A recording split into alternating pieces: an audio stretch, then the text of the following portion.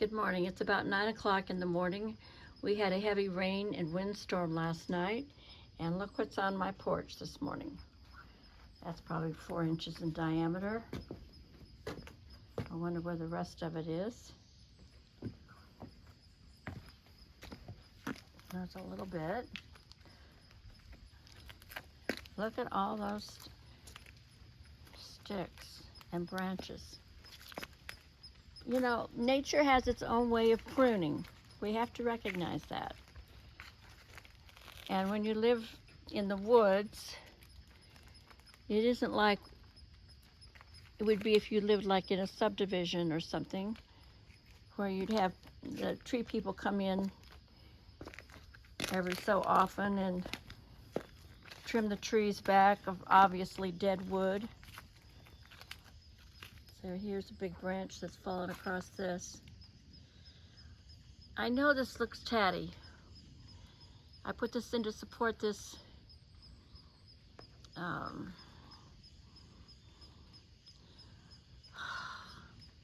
kale.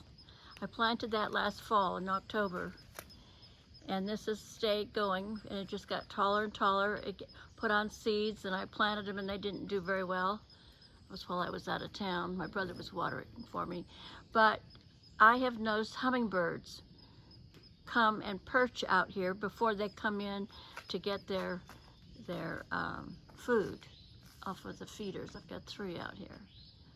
So, you know, when you have hummingbirds, they need to have a place to land that's, well, in my observation, you know, 10 to 20 feet from their feeder, so that I don't know who their predators are, but they are very, very vigilant. We're not going to do potato vine ever again, because no matter how much snail bait I put out, it's not enough. Okay, this pot doesn't get enough sun. That's why everything's looking not so good. It wasn't terrible, but it just wasn't beautiful. Okay, so here we go. This is the path. It's a pretty substantial branch. Oh. So the leaves here are from poplar trees. And poplar trees grow very, very straight and tall. And we don't limb them up, but they, you know, the wind does its pruning job. So there's really just a canopy up there. You remember poplar trees make that beautiful golden yellow colored wood that the French used in that beautiful marquetry, that beautiful furniture. I think it was the Louis XIV. Don't quote me on that. I have taken classes in furniture, but isn't that a beautiful view there? And you can see the fog. It was even denser first thing this morning. So let's go around and see. So this is the driveway. Usually there's enough wind to blow the leaves and branches off unless they're way big. So, now you remember I rave about impatiens. We tried sun impatiens out here last year and they didn't do a thing, but look at this, the regular impatiens have just done fantastic. They're all 10 to 18, well, 10 to 14 inches tall. And we're going to use this variegated Swedish ivy for our trailers from now on. There's 2 or 3 that, and again, I am crazy about this giant coleus. I don't know why I never saw them or never noticed them before, but isn't that beautiful? And for a big pot for an entrance, and the hardy begonias that are growing up around it outside of the pot are from reseeding from last year. Hardy begonias are hardy in every sense of the word, but they're easy to pull out. You just have to pull them out right after a rain. Look at those impatiens that self-seed are travelers. They just get bigger and bigger. Okay. So I think this is a lace cap hydrangea.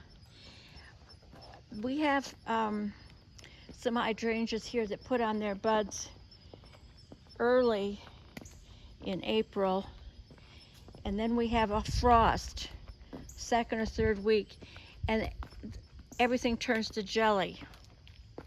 Now they do recoup. Okay. You see how when the bark,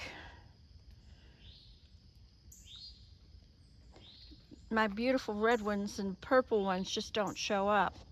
They will when it fills in and everything's touching each other. Now this is an evergreen perennial. Okay, these leaves will last. Some of these leaves are 2 or 3 years old. Okay, I started this early last year and kept filling in. I'm going to come out and we're going to take out those 3 that died, and I've bought 3 more, and we'll relocate some of these things. It's a lot of heucheras to buy, you know. They're expensive. Even the little 4-inch pots are expensive. Okay, so here's that beautiful big Colia.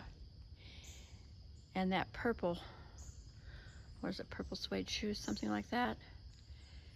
But see, it doesn't show up, so I have to remember not to get dark colors in the garden. I don't know, I get charmed sometimes. And now see here, our purple shield is 4 or 5 times the size when I first bought it. Those were 3 in the same pot. Maybe it was a 6-inch pot, I'm not sure. Well, we need to plant this hydrangea still. Bought that at Sam's. Well, hardy begonias. And I've forgotten the names of some of these other plants that are in here.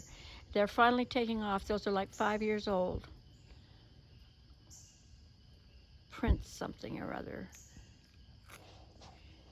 Anyway. Oh, let's see what our impatiens are doing up here. Okay. So the ones up there that are so full in the railroad ties, those I planted really in May, early. And then these ones along the front are the ones that self-seeded from last year, and I spread them out, and they bulked up great. And then there were even more babies. So these are probably 6 weeks along. And probably by the time frost comes, they'll be bulked up and, you know, touching each other. These were like 1.5 inches tall when I moved these down here. Wouldn't it be fun if they self-seed and do the same thing next year? Oh, that would be a gift. So let's see, I wonder how much rain we had last night. I think I've showed you the pots before. Well, that salvia's finally doing something. Okay, so here's the pots. So that's probably 5 or 6 inches in those pots. Yeah, I'll have to dump those. These are these double pink impatiens. I think they're proven winners. And they're doing all right. I have something to that I bought just recently. I've got to find a spot for. You know how we get busy sometimes.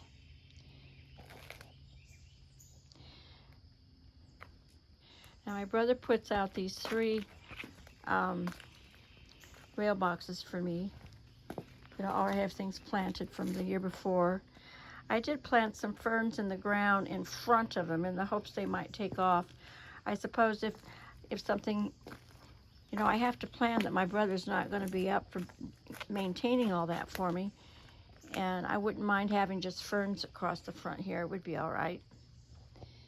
Well, thank you for sharing with me. I just wanted to share with you what happens after a rainstorm, rain and windstorm.